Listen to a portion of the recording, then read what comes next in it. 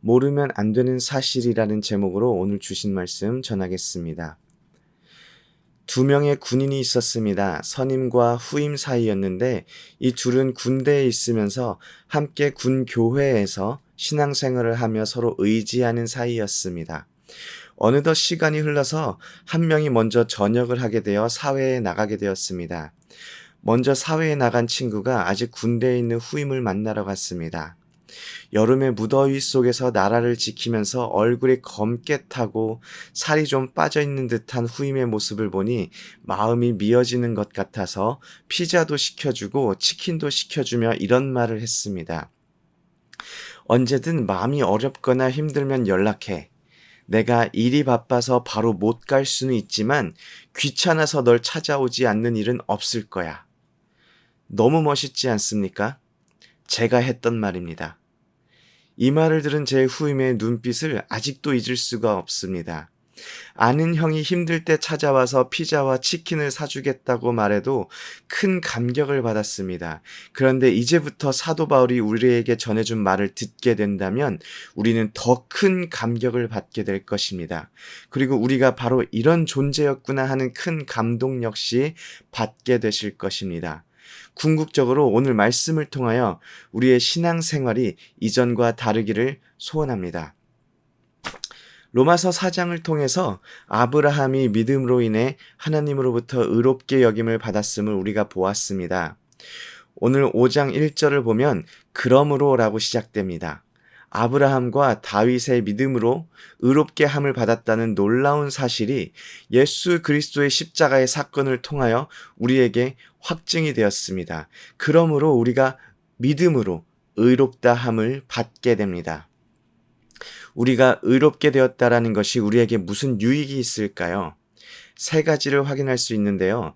첫째로 하나님과 화평을 누리게 됩니다.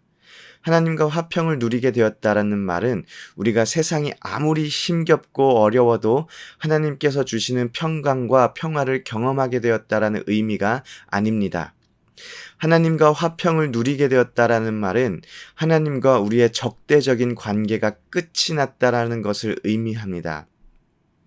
우리는 하나님께 불순종하였습니다. 우리가 하나님께 불순종하였다라는 말은 우리가 세상에서 마치 우리가 세상의 주인으로 행세하며 살아가려고 했다라는 의미입니다. 이런 말이 있죠. 같은 하늘에 두 개의 태양이 뜰 수 없다. 하나님이 세상의 주인이고 우리도 세상의 주인이라고 우긴다면 결국 둘은 적대적일 수밖에 없습니다. 하나님과 화평을 이루었다라는 것은 이런 적대적인 관계가 끝이 났다라는 것을 의미합니다. 그리고 두 번째로 우리가 믿음으로 서 있는 이 은혜에 들어감을 얻게 되었습니다. 하나님과의 적대적인 관계가 끝이 나서 화평을 누리게 되었고 이제는 하나님 앞에 나아감을 얻게 되어 하나님과 관계가 형성되었습니다.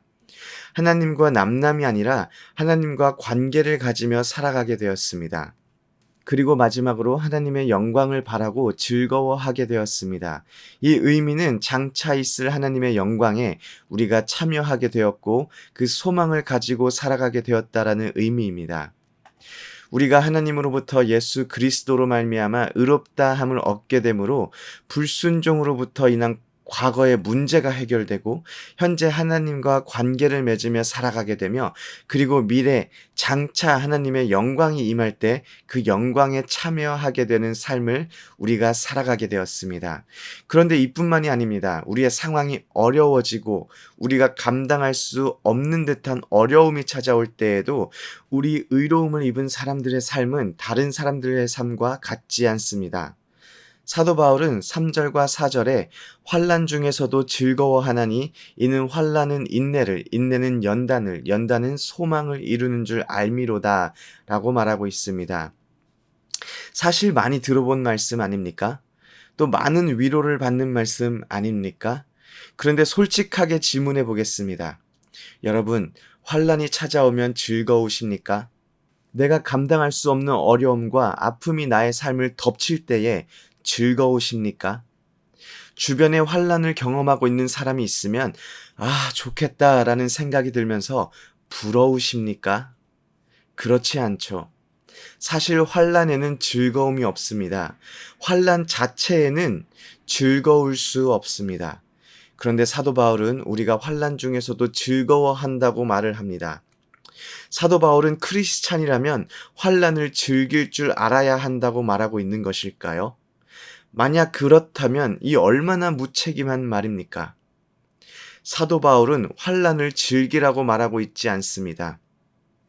그 대신에 하나님의 은혜로 인하여 그리스도로 말미암아 의로움을 입은 사람들에게는 환난이 그냥 환난으로 끝나지 않는다라는 것을 의미합니다. 환난은 인내를 이끌어냅니다. 인내는 한 마음이라는 의미를 가지고 있습니다. 이것이 무슨 뜻이냐면 중요한 것에 집중하는 한 마음이라는 뜻입니다. 흩어졌던 나의 생각들이 여기 왔다가 저기 갔다가 하는 나의 생각들이 정말 중요한 것으로 집중되는 것을 의미합니다. 무엇이 우리에게 중요한 것일까요? 바로 예수 그리스도 아니겠습니까? 그리고 인내는 연단을 이룹니다. 연단은 시험을 거치다라는 의미를 가지고 있습니다. 이것은 어떤 것을 경험하고 난 후에 흔들리지 않는 확신을 뜻합니다.